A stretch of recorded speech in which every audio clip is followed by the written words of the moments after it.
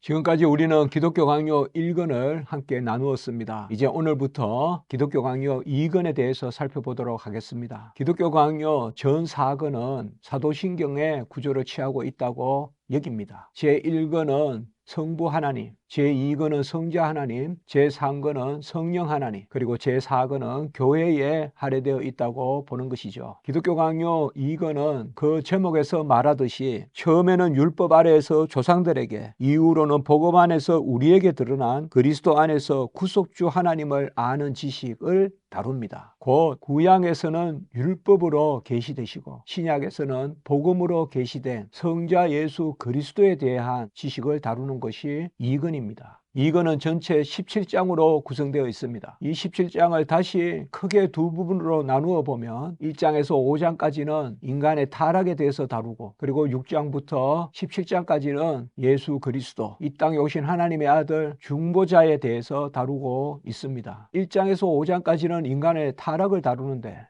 그 중에서도 1장과 2장에서는 하나님이 아담과 언약을 체결하였음과, 그리고 그 언약의 조건인 순종, 바로 율법의 순종함이 있었다면 모든 인류에게 영생이 임했을 텐데, 여기에서 영생은 자녀됨을 뜻합니다. 그래서 하나님이 아담과 언약을 맺으셔서 그 아담을 머리로 삼으셔서 아담이 순종했다면 동산 중앙의 실과는 다 따먹되 선과 악을 알게 하는 나무의 실과는 따먹지 말라고 하신 그 명령에 순종했다면 모든 인류가 영생을 얻게 되었을 것입니다. 그래서 하나님의 자녀가 되었을 것입니다. 그러나 아담이 타락함으로 말미암아 그의 죄의 싹신 사망의 형벌이 죄의 책임으로 모든 인류에게 전가되었습니다. 그 죄의 책임, 곧 죄책은 사망의 형벌입니다. 그래서 모든 인류는 이제 죽은 가운데 태어나는 것입니다. 그리고 또한 모든 인류는 전적으로 오염되어서 하나님의 뜻을 이룸에 있어서 전적으로 무능하고 전적으로 부패한 그러한 모습을 보이게 되었습니다. 이러한 인류의 전적 타락의 교리, 원죄의 교리, 이것이 1장과 2장에서 다루어집니다. 그리고 2장 마지막 2절에서부터 3장, 4장, 5장에 걸쳐서 이제 칼빈은 자유의지에 대하여 논하고 있습니다. 왜 자유의지가 이렇게 중요하게 길게 다루어질까요? 이 자유의지 논쟁은 기독교 역사상 중요한 전환기 때마다 있었던 논쟁입니다. 초대교회에서 중세로 넘어갈 때 아우구스티누스와 펠라기우스의 자유의지 논쟁이 있었고, 그리고 중세로부터 종교개혁으로 넘어갈 때 루터와 에크의 자유의지의 논쟁이 있었습니다. 칼빈은 피기우스라는 로마 캐톨릭 추기경 화란 사람입니다. 그 피기우스와 자유의지 논쟁을 벌입니다. 자유의지 논쟁의 핵심은 인간은 타락하여 하나님 앞에서 선을 행할 의지를 상실하였다는 것입니다. 하나님이 기뻐하시는 일을 더 이상 할 수 없다는 것입니다. 그러므로 자유의지를 상실했다고 하는 것은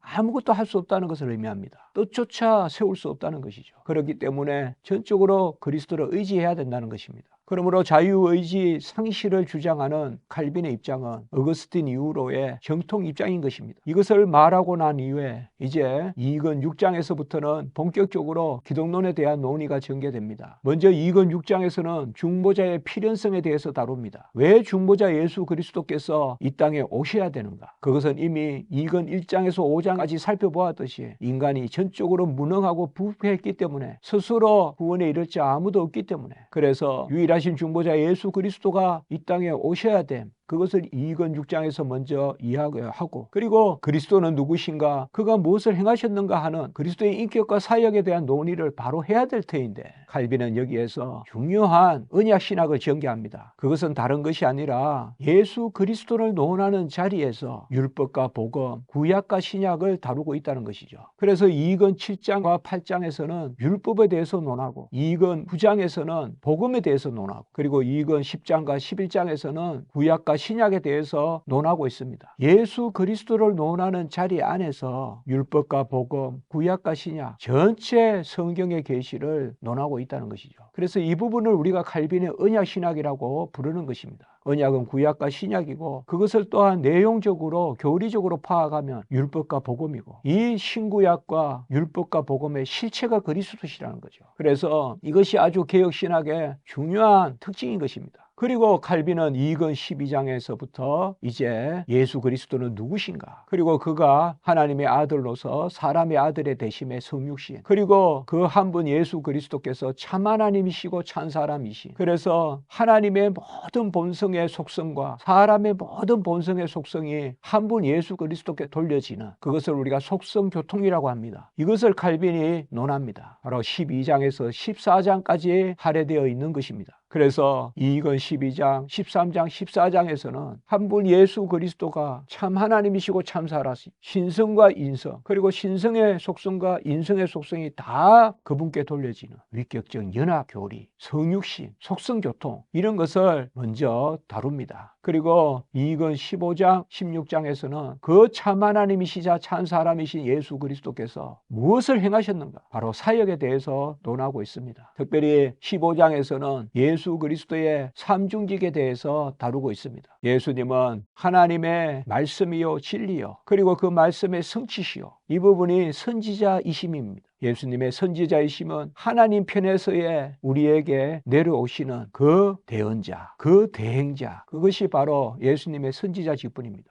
그리고 예수님은 제사장 직분을 감당하셨습니다. 제사장 직분은 사람들 편에서 하나님께 올려가는 그 대표, 그 대리, 그분이 바로 예수님이시라는 것입니다. 그래서 제사장 직분은 크게 두 가지로 우리가 말하게 되는데, 첫 번째는 제사를 드리는 직분, 그리고 두 번째는 기도를 드리는 직분입니다. 이게 신약시대로 말하면 예배와 기도죠. 이것을 예수님께서 친히 행하신 것입니다. 그래서 자기 자신을 제물로 삼으셔서 제사를 드리시는 그 자리에 모든 의를 다 이루심, 이것이 제사장 직분입니다. 그리고 예수님은 또한 왕직을 수행하셨습니다. 우리가 왕직이다 그러면 군림하고 명령하고 오라 하면 오고 가라 하면 가는 그러한 다스림, 이런 것을 먼저 생각하기 쉬운데, 왕직의 다스림이라는 것은 바로 자기 자신을 우리에게 주심입니다. 예수님은 자기 자신을 우리에게 주심으로 다스리십니다. 하나님은 만물을 채우심으로, 수분과 공기와 양분을 주심으로 만물을 다스리지 않습니까?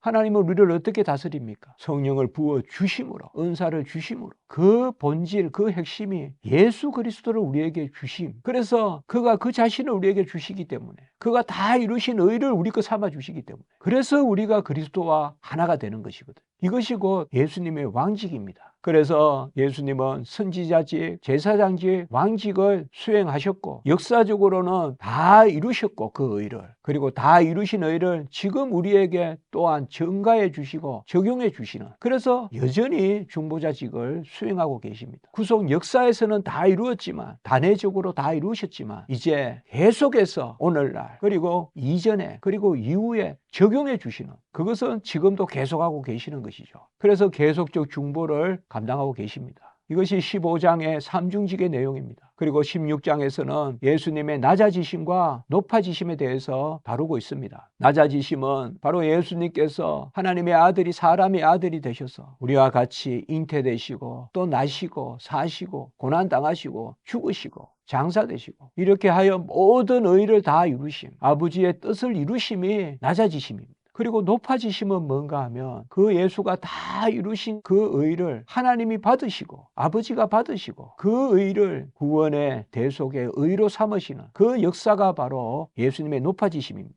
예수님의 십자가 죽음이 그저 죽음이 아니라 죽음을 죽이는 죽음, 생명을 도입하는 죽음, 생명의 죽음이라는, 이것이 바로 부활 사건 아닙니까? 죽음을 이기고 죽음으로 죽음을 죽이는, 그래서 부활이 곧 높아지심의 시작입니다. 그래서 부활을 통하여서 이제 십자가의 그 죽음이 생명의 역사로 인치고, 그리고 예수님께서 승천하시고 또 보좌 우편에 계시고 그리고 재림하시고, 이런 부활 승천 재림 그리고 보좌 우편에 계심, 이것을 우리가 제위라고 합니다. 제위 그리고 재림, 이것을 우리가 높아지심이다 라고 말합니다. 이것은 다 이루신 의로 우리를 다스리는, 아까 다스리는 게 뭐라고 했죠? 우리에게 그 의를 전가해 주시는 그 일을 주님께서 하시는, 이것이 바로 높아지심입니다. 그래서 16장에서는 예수님의 낮아지심은 예수님이 이 땅에 성육신 하셔서, 성육신은 잉태거든요. 동정령 잉태, 성령 잉태, 성육신 하셔서, 그래서 잉태와 나심과 사심과 고난당하심과 죽으심과 장사되심이 다 낮아지심이요. 그거는 예수님께서 이 땅에 오신 그 일을 다 이루신 것, 아버지의 일을 이루신 거, 아들이. 그것이 낮아지심이고, 높아지심은 그 다 이루신 것을 우리 거 삼아 주심. 우리 거 삼아 주심. 그래서 그 죽음이 생명의 죽음이 되는 부활. 그리고 하늘에 올라가셔서 승천하시고 보호자 우편에 계셔서 우리에게 보혜사 성령을 내려주시고, 그 보혜사 성령은 바로 그리스도의 의를 우리 거 삼아 주시는 이요. 보혜사 성령이 우리에게 임하면 그리스도의 의가 내 것이 되는. 그런데 그리스도는 그 의를 자신을 주신 의이기 때문에 그 의를 우리 것 삼아 주시면 그리스도와 하나가 되는 이 은혜가 바로 높아지심, 예수님의 승기라고도 합니다. 낮아지심은 비하라고도 하고. 그래서 기독교 강요 2권 16장에서는 비하와 승기를 다루고요. 이제 마지막 17장에서는 우리가 속죄론이라고도 하는데, 예수님께서 다 이루신 그 의의 가치가 뭐냐, 그 예수님의 의를 우리 거 삼아 주시면 이걸 의의 증거라고 합니다. 예수님의 의를 우리 거 삼아 주시면 우리가 그리스도와 연합하고 그리스도와 하나 되고 우리가 살아나고 살아가고 생명을 얻고 거룩해지고 칭의와 성화 그 은혜를 누리는데, 그러면 그 의가 무슨 가치가 있어서 우리가 그러한 은혜를 누리느냐, 이것을 다루는 것을 우리가 속죄론이라고 합니다. 이건 17장에서는 바로 예수님이 다 이루신 의가 구원의 값이다 라고 그렇게 정확하게 천명하고 있습니다. 그리고 그 의가 그리스도의 은혜로, 전적인 은혜, 오직 은혜로 우리의 것으로 삼아진다, 여겨진다, 증가된다. 곧 예수님이 다 이루신 의가 대속의 값이고, 그것이 어떤 다른 것에 개입 없이 직접 우리에게 증가된다. 이것을 우리가 속죄론에 있어서 객관설과 직접 증가설이라고 합니다. 이것이 기독교 강요 17장에서 천명되는 것입니다.